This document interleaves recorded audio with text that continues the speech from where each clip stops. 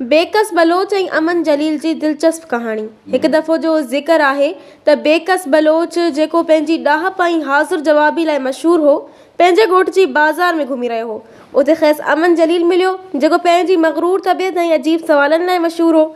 अमन जलील बेकस बलोच खे ॾिसी चयो, ए बेकस, तूं पाण खे वॾो अक़लमंद थो सम्झी? अचु ॾिसूं त तूं मुंहिंजे सवाल जो जवाबु ॾेई सघीं थो या न। बेकस बलोच मुस्कुराईंदे चयो, छा सवालु आहे अमन जलील साहब?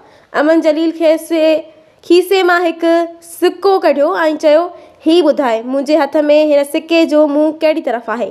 बेकस बलोच थोरी देरि सोचियो ऐं पोइ खिलंदे चयाईं, अमन जलील, तुंहिंजे हथ में सिके जो मुंहुं उते आहे जिते तुंहिंजे अक़ल जो आख़िर आहे। अमन जलील हैरान रहिजी वियो ऐं चवणु लॻो, पर इहो त कहिड़ो जवाबु आहे? बेकस बलोच खिलंदे चयो, जे अक़ल हुजे हा त सवाल ई न पुछी हा। ऐं हाणे सवाल त रहियो, पर मुंहिंजी ॻाल्हि में बि सचाई मिली वई आहे। बाज़ार में बीठल माण्हू खिलण लॻा ऐं अमन जलील ख़ामोश थी वियो।